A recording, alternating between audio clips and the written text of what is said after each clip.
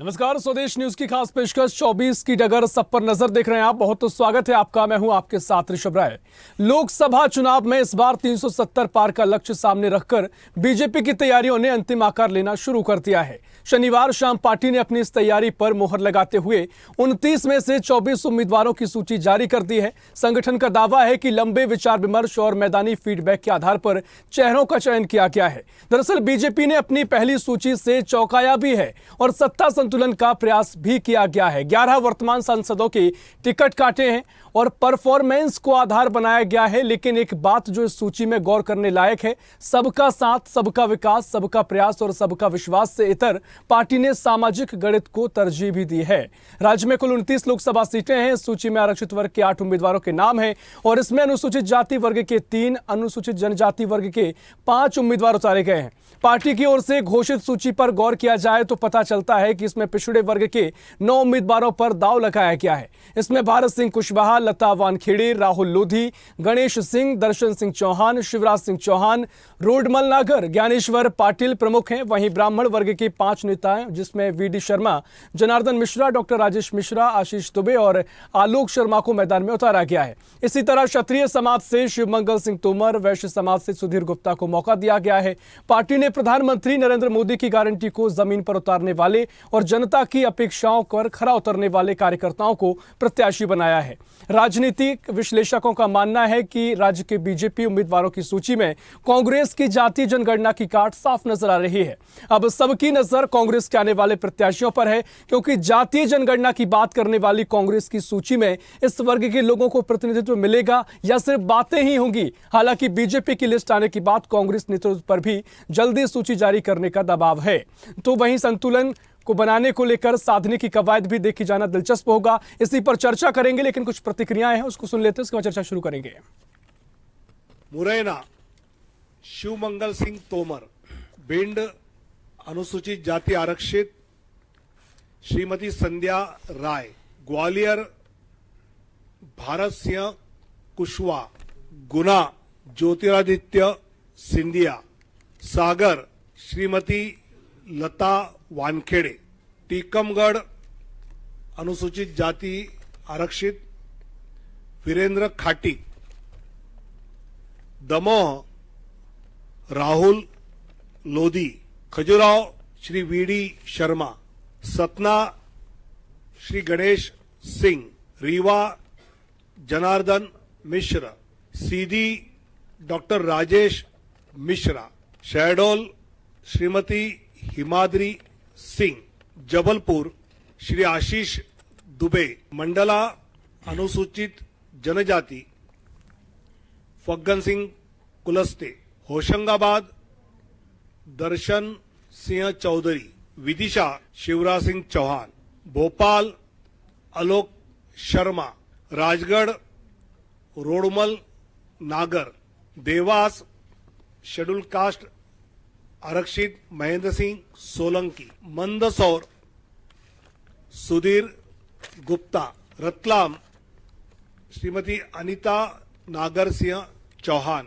खरगोन श्री गजेंद्र पटेल, खंडवा श्री ज्ञानेश्वर पाटिल, बैतूल दुर्गादास उइके। मुरैना तो भारतीय जनता पार्टी ने अपने 24 उम्मीदवारों की सूची जारी कर दी है। अब 5 उम्मीदवारों का अभी सूची जारी होना बाकी है, जिसमें भी तमाम जो 4 उम्मीदवार हैं उसमें महिला प्रत्याशी आगे बताई जा रही हैं। देखना महत्वपूर्ण होगा आगे की क्या सूची होगी, लेकिन क्या कुछ साधने की कोशिश यहां पर की गई है, इसी पर चर्चा करेंगे। तमाम मेहमान हमारे साथ जुड़ रहे हैं। भारतीय जनता पार्टी से सत्येंद्र जैन हमारे साथ जुड़ रहे हैं, बहुत स्वागत है आपका। कांग्रेस से प्रदेश महामंत्री अमित शर्मा जी हमारे साथ जुड़ रहे हैं, बहुत स्वागत है आपका। और सीनियर एडिटर मुक्ता पाठक जी हमारे साथ लाइव जुड़ गई है।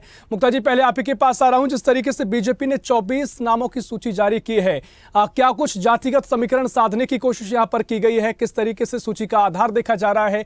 क्या कुछ चर्चाएं से लेकर आप देख रहे हैं? क्या कुछ आप कहेंगे? और साथ ही सत्येंद्र जी आपके साथ मौजूद है, मैं चाहूंगा चर्चा भी आप आगे बढ़ाएं। मुक्ता जी। ऋषभ, आपने जैसा कि अभी आपने कहा कि बिल्कुल जिस तरह से पूरे वोट बैंक की राजनीति हम लगातार देखते आ रहे हैं, अगर लोकसभा चुनाव की बात करें तो जिस तरह से ओबीसी चेहरे हैं, उसके बाद ब्राह्मण चेहरे हैं, और लेकिन अगर हम देखें तो बीजेपी को एज भी मिल गया क्योंकि उसने अपने पहली लिस्ट पहले ही जारी कर दी। कांग्रेस अभी अभी गुटों में ही बटी हुई है, तय कर रही है। कांग्रेस में बहुत सारे नेता है जिन्होंने मना भी कर दिया है लोकसभा चुनाव लड़ने के लिए। तो बीजेपी के पास एज तो है, और राम मंदिर का भी मुद्दा है। और आज हमने देखा है कि मोहन सरकार अपने डॉक्टर मोहन यादव अपने पूरे कैबिनेट के साथ अयोध्या के लिए रवाना हो गए, दर्शन करेंगे और उसके बाद शाम को लौटेंगे। और वो लगातार कह रहे हैं, उन्होंने आज ये भी कहा कि उन्होंने अपने सारे मंत्रियों को भी कहा है कि राम मंदिर आप ले जाइए अपने यहाँ से, अपने क्षेत्र से लोगों को। और अब जो लिस्ट की बात करें, जो 24 नामों की घोषणा हुई है 29 में से, जो इसमें जो जातिगत जो चेहरे और जिस तरह से साधने की कोशिश की गई है, चाहे ओबीसी वोट बैंक की बात करें, ब्राह्मण वोट बैंक की बात करें, तो चलिए हमारे और कुछ ऐसी सीट्स हैं बीजेपी के जो माने जाते हैं कि परंपरागत बीजेपी के ही सीट्स हैं, उसमें से आप किसी भी उम्मीदवार को उतारिए तो वो जीतते ही जीतते हैं। जैसे भोपाल की अगर हम बात कर लें, भोपाल एक परंपरागत बीजेपी की सीट है। पिछले बार प्रज्ञा ठाकुर जीती थी, उन्होंने दिग्विजय सिंह को हराया था, बहुत लंबी मार्जिन थी। इस बार आलोक शर्मा है। तो इस तरह की कुछ सीट्स हैं जो परंपरागत बीजेपी की सीट्स है, लेकिन जो जातिगत जो समीकरण है, चलिए उसके बारे में बात कर लेते हैं। हमारे साथ सत्येंद्र जैन जी मौजूद है। क्या कहेंगे जिस तरह से 24 नाम जो डिक्लेयर हुए हैं, जो एक जातिगत रणनीति है, साधने की कोशिश है, क्या कहेंगे आप? देखिए, भारतीय जनता पार्टी ने मध्य प्रदेश में 24 सीट और पूरे भारत भर में 195 सीट जो लोकसभा सीट हैं उन पर प्रत्याशी घोषित कर दिए। और अभी देखिए, चुनाव आयोग ने कोई तिथि तो नामांकन की, या नामांकन कब से प्रारंभ हो रहे हैं, या नामांकन तिथि की जमा करने की आखिरी डेट क्या है, या स्क्रूटनी, तो ऐसा सब चुनाव आयोग ने कोई तय नहीं किया है, कोई अभी घोषणा नहीं हुई है। लेकिन भारतीय जनता पार्टी ने अपने प्रत्याशी घोषित कर दिए। जहां लग रहा था उनको, हमारी पार्टी के जो पार्लियामेंट्री बोर्ड है, केंद्रीय चुनाव समिति है, मध्य प्रदेश की राज्य चुनाव समिति है, इन सब ने निर्णय लिया, परामर्श किया, उसके बाद में जो निर्णय हुआ देश भर का हुआ और मध्य प्रदेश का 24 सीट का हुआ। तो ये तो अभिनंदन का विषय है। और अब ये बात है कि कांग्रेस क्या करेगी। अब मान लीजिए विदिशा से शिवराज सिंह चौहान जी का तय हुआ है, अब वो लड़ेंगे। तो शिवराज सिंह जी तो देखिए, अब क्या सिंह वृत्ति के धारी हैं, अब सिंह के सामने कौन आ रहा है कांग्रेस की तरफ से, ये तय करना है कांग्रेस को। ज्योतिरादित्य सिंधिया जी जैसे अब गुना शिवपुरी क्षेत्र से लड़ रहे हैं, गुना अशोकनगर शिवपुरी, तो अब वहां से कांग्रेस किसको देगी? तो कांग्रेस और 195 सीट जो हमारी घोषित हुई है, कांग्रेस और समस्त इंडी गठबंधन को तय करना है कि वो किस किस को लगा रहे हैं। हमारे सिंह रूपी जो सब प्रत्याशी हैं, हम कहते हैं समीप मृगेंद्रता, तो समीप मृगेंद्रता के जो धारी हैं ये लोग, उनके सामने कौन आ रहा है अभी, ये प्रश्न ये उठता है। और हम उसको करने, दूसरी बात, जो समाज, हमने कहा है सर्वजन हिताय सर्वजन सुखाय, और हमारे जो 4 स्तंभ जो है, कहते हैं हम ज्ञान से तुलना करते हैं। मोदी जी ने कहा है कि भारत जो टिका है वो ज्ञान पर टिका है। ज्ञान माने जी stands for GYAN, ji stands for गरीब, गरीब कल्याण हमारा मुख्य मुद्दा है, विषय है। और हमारे वैसे लोग भी हमारे प्रत्याशी हैं। और Y stands for youth, youth युवा कल्याण, यूथ के द्वारा हम भारत की कल्पना नहीं कर सकते। विकसित भारत के जो हम बनाने का जो संकल्प है, उसमें आप 5 ट्रिलियन की इकोनॉमी बन रहा है, तो उसमें यूथ का बहुत बड़ा योगदान है। ए फॉर एग्रीकल्चर, मतलब किसान, किसान कल्याण, कृषि और किसान कल्याण, तो किसान हमारा स्तंभ है। और N स्टैंड्स फॉर नारी शक्ति, तो नारी, महिला समाज हमारी भारत की जो महिला, तो हमारे 4 हैं और 4 स्तंभ है। और निसंदेह आप देखिएगा, पूरी जो 195 की सीट है, चाहे मध्य प्रदेश के 24 जो सीट जो प्रत्याशी हैं, इन सब में हमने उसका ध्यान रखा है। और हम इस ज्ञान के द्वारा आत्मनिर्भर भारत, विकसित भारत को संकल्प का जो हमारा है उसको सिद्ध करेंगे। और अब बहुत शीघ्र ही हम 3रे नंबर की अर्थव्यवस्था होंगे। अभी हम 4थे नंबर की अर्थव्यवस्था लगभग बन ही गए हैं, क्योंकि जापान की अर्थव्यवस्था आर्थिक गति ऋणात्मक हो चली है। तो जापान से हम बहुत जल्दी आगे बढ़ने वाले हैं और 4 ट्रिलियन के बाहर आगे हम बढ़ चुके हैं। तो वेरी सुन हम लोग 5 ट्रिलियन डॉलर इकोनॉमी का स्टेटस हम प्राप्त करेंगे। तो भारत का हमने ये लक्ष्य बनाया। और कांग्रेस ने देखिए 2014 में इन्होंने बजट में रखा था, इन्होंने कहा था 5 ट्रिलियन जो होगा भारत, वो कब होगा? 2044 के बाद, 30 साल लग जाएंगे। तो हमारी सरकार अच्छी चली और कोरोना जैसी महामारियों को भी हमने झेला। जातिगत उस पे बात कर लेते हैं, विषय पे आ जाते हैं।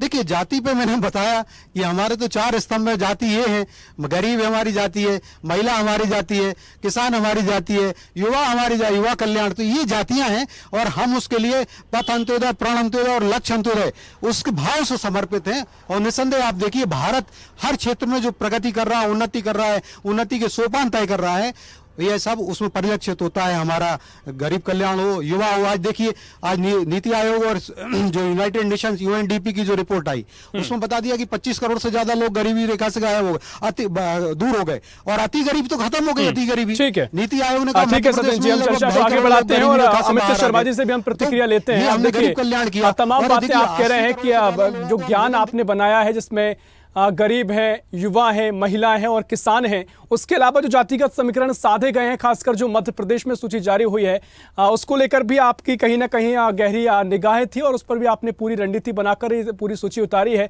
हम चाहेंगे अमित शर्मा जी, आप क्या कुछ कहेंगे? कांग्रेस अब क्या कुछ विचार कर रही है, क्या कुछ प्रत्याशियों को आगे उतारने की तैयारी है? क्योंकि बीजेपी ने यहाँ पर ओबीसी, एसटी, एससी और जनरल को, सभी वर्गों को साधने की पूरी कोशिश की है।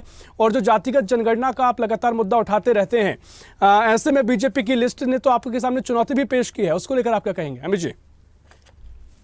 देखिए, सबसे पहले तो चूंकि कांग्रेस एक बहुत पुराना राजनीतिक संगठन है और कोई भी राजनीतिक दल हो, प्रतिस्पर्धा इसमें नहीं होगी कि टिकट किसने पहले कर दी। प्रतिस्पर्धा उन मुद्दों को लेकर है जो देश में आज ज्वलनशीलता मुद्दे हैं, चाहे वो बेरोजगारी की बात हो, चाहे महिलाओं पर बढ़ते अत्याचार की बात हो, या आज मध्य प्रदेश में कानून व्यवस्था की बात हो। मेरे साथी तो आर्थिक अर्थव्यवस्था जिनका बस नहीं चल रहा, नहीं तो ये विश्व में पहले स्थान पर बता दें। इनको शर्म आनी चाहिए। इन 9 सालों में बांग्लादेश से नीचे हमारा रुपया हो गया और क्रूड ऑयल कम होने के बाद हमारे यहाँ पेट्रोल, डीजल और महंगाई चरम सीमा पर पहुंच गई है। सिवाय मंदिरों के दर्शन करने से आज बेरोजगार नहीं दे सकते। ठीक है, देखिए अमित जी, लगातार आप ये मुद्दे उठाते रहे हैं, इसका एक मंच अलग भी हम देखते हैं, लेकिन जिस तरीके से प्रत्याशियों को लेकर चर्चाएं हो रही हैं, भारतीय जनता पार्टी ने सभी वर्गों का प्रतिनिधित्व कम से कम मध्य प्रदेश में अभी दे दिया है और सोच समझकर समीकरण साधे, जिसका फायदा लाजमी देखने को मिल सकता है। कांग्रेस क्या कुछ मंथन कर रही है? क्या आप लगातार जातिगत जनगणना की बात अगर कह रहे हैं तो क्या सभी को प्रतिनिधित्व कांग्रेस द्वारा दिया जाएगा? क्योंकि अगर बीजेपी ने पहले सूची जारी की है तो क्या आपके सामने चुनौती है कि आपको भी कम से कम ऐसा प्रतिनिधित्व देना होगा, तभी आपका कम से कम जो मध्य प्रदेश में जो चुनौती आप पेश कर सकते हैं? अमित जी, कैंडिडेटों को लेके किसी तरह की कोई चुनौती और मंशा मंथन नहीं है। आज कांग्रेस पार्टी शीघ्र सारी 29 लोकसभा पर अपने प्रत्याशी उतारेगी। और रही बात कि कांग्रेस जातिगत समीकरण के आधार पर न पहले बात करती थी, हम तो सर्वधर्म समुदाय और हिंदू, मुस्लिम, सिख, ईसाई के भाव से हर दल को, हर जाति को, हर धर्म को प्रथमता पे रखकर हम उसको सर्वोपरि करते हैं। तो इसी आधार पर बहुत शीघ्र कांग्रेस पार्टी के 29 प्रत्याशी होंगे। और जिस तरीके से ये सिंह बता रहे हैं, ये पता चलेगा, ये इतने बड़े बब्बर सिंह और सिंह होते तो कमलनाथ और नकुलनाथ के सामने कैंडिडेट घोषित करती है। जो भारतीय जनता पार्टी मंथन और चिंतन कर रही है, ये और धार में कैंडिडेट घोषित करते जो मंथन और चिंतन कर रही है। इसीलिए ये कोई राजनीतिक विचारधारा की लड़ाई है, ये कोई प्रतिस्पर्धा नहीं है। और निश्चित तौर पे सारे समुदाय को, सारी जाति और धर्म के समावेश को लेकर कांग्रेस पार्टी 29 लोकसभा में बखूबी जनता के चहेते और जनता के चुने हुए और जनता से संघर्ष करने वाले लोग, कांग्रेस का आम कार्यकर्ता कांग्रेस का प्रत्याशी होगा। और परिणाम जब आएंगे मेरे साथी, जब उसके बाद अपन बातचीत करेंगे मध्य प्रदेश के परिणामों पे, उत्साह होना अच्छी बात है, अति उत्साह कहीं ना कहीं घातक होता है। ठीक है सत्येंद्र जी, अति उत्साह घातक होता है और परिणाम जब आएंगे तब कांग्रेस बताएगी भी। और जिस तरीके से अब तमाम समीकरण को आपने साधा है, लेकिन आप लगातार कहते आए हैं कि सर्वजन सुखाय, तो कांग्रेस भी अब सर्वधर्म सुखाय की बात कर रही है। कोई भी मुस्लिम प्रत्याशी आपका इस बार भी देखने को नहीं मिला है। और साथ ही 33% महिलाओं को प्रतिनिधित्व देने की चर्चाएं शुरू हुई थी, फिलहाल तो वो नहीं दिखा है, कि आगे दिखेगा सत्येंद्र जी?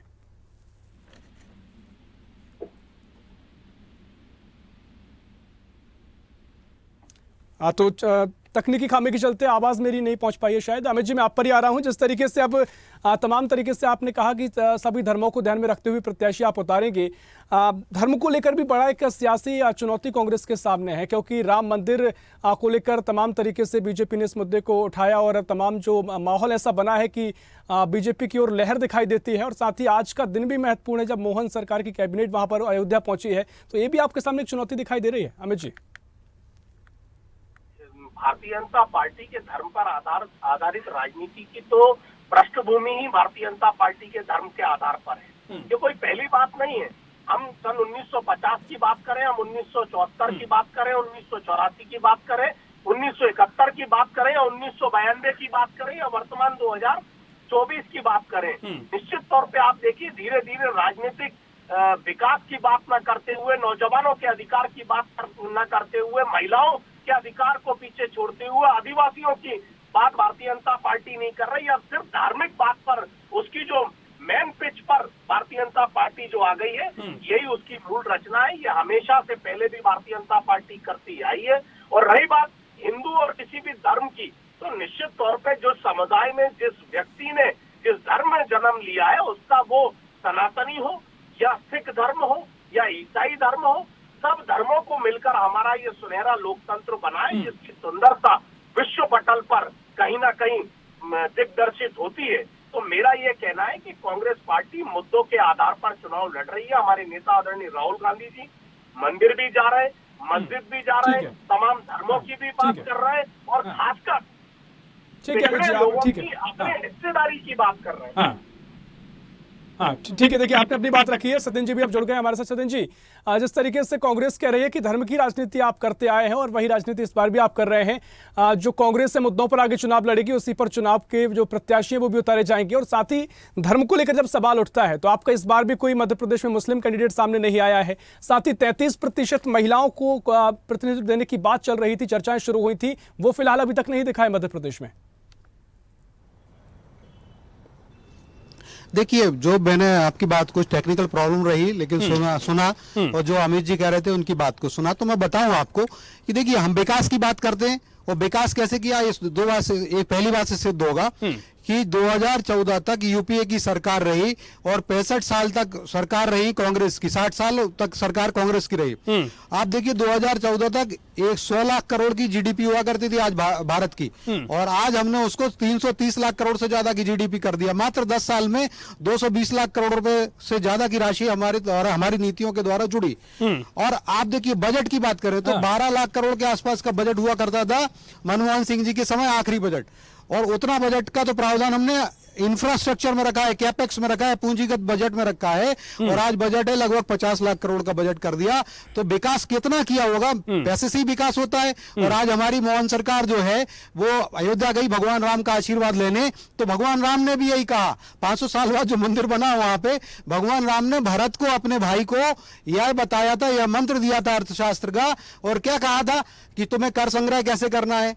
तो उन्होंने कहा था कि बरसत हर्षत सब लखे, करसत लखे न कोय, तुलसी प्रजा सुभागते भूप भानु सम होए।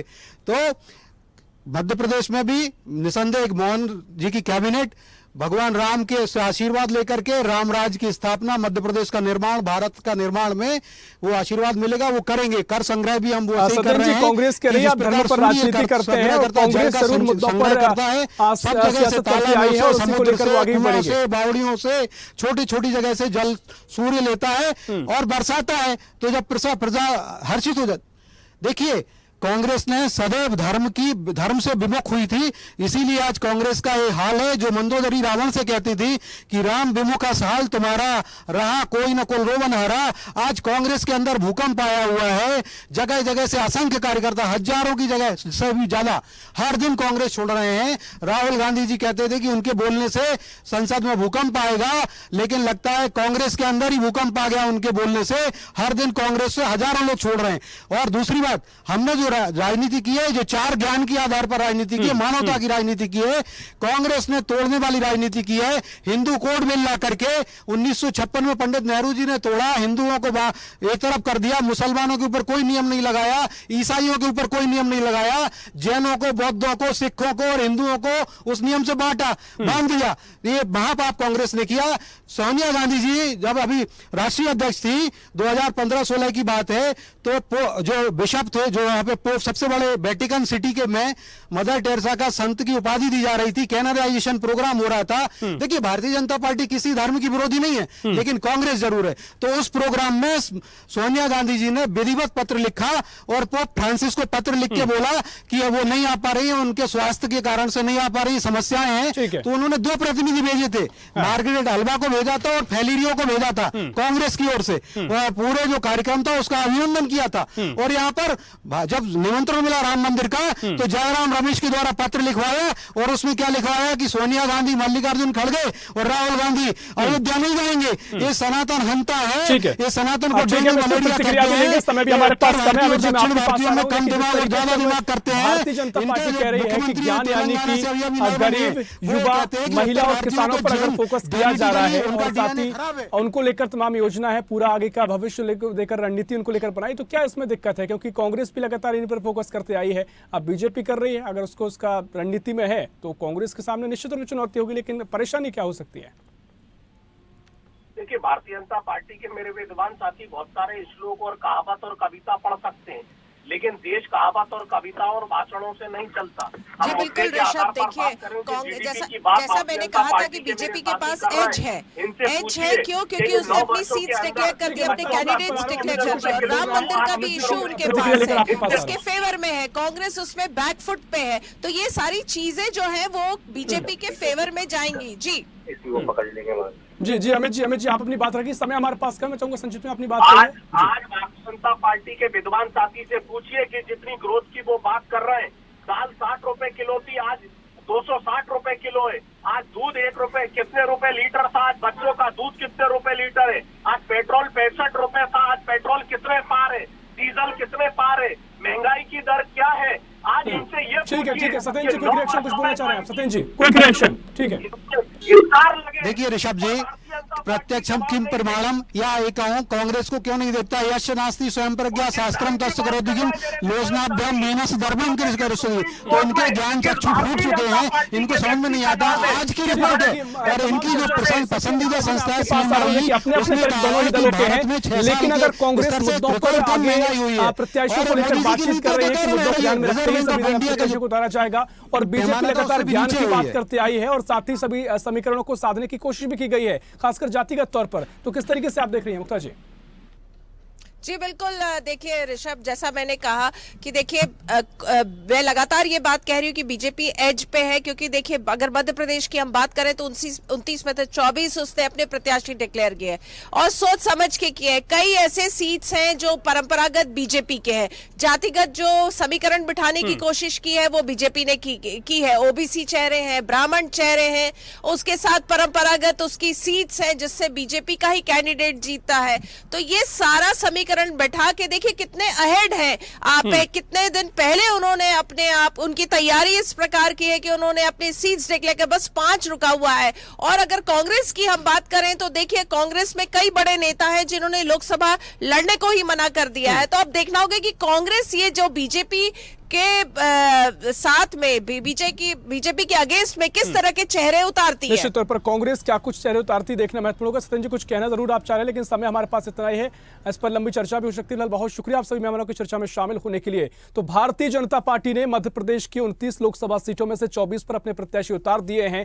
जातिगत समीकरण साधने की पूरी कोशिश की गई है और साथ ही जो 5 सीटें रह गई हैं वहां पर भी 4 सीटों पर महिला प्रत्याशियों के नाम पर चर्चा ज्यादा है, यानी महिलाओं को लेकर भी यहां पर एक बड़ी लिस्ट मध्य प्रदेश में बीजेपी की हो सकती है। लेकिन सवाल ये, कांग्रेस क्या कुछ सोच विचार कर अगली सूची जारी करेगी, पहली सूची जारी करेगी, देखना इस पर दिलचस्प होगा। फिलहाल के लिए इस खास पेशकश में इतना ही। देश प्रदेश की और भी खबरों के लिए देखते रहिए स्वदेश न्यूज, सबसे पहले देश।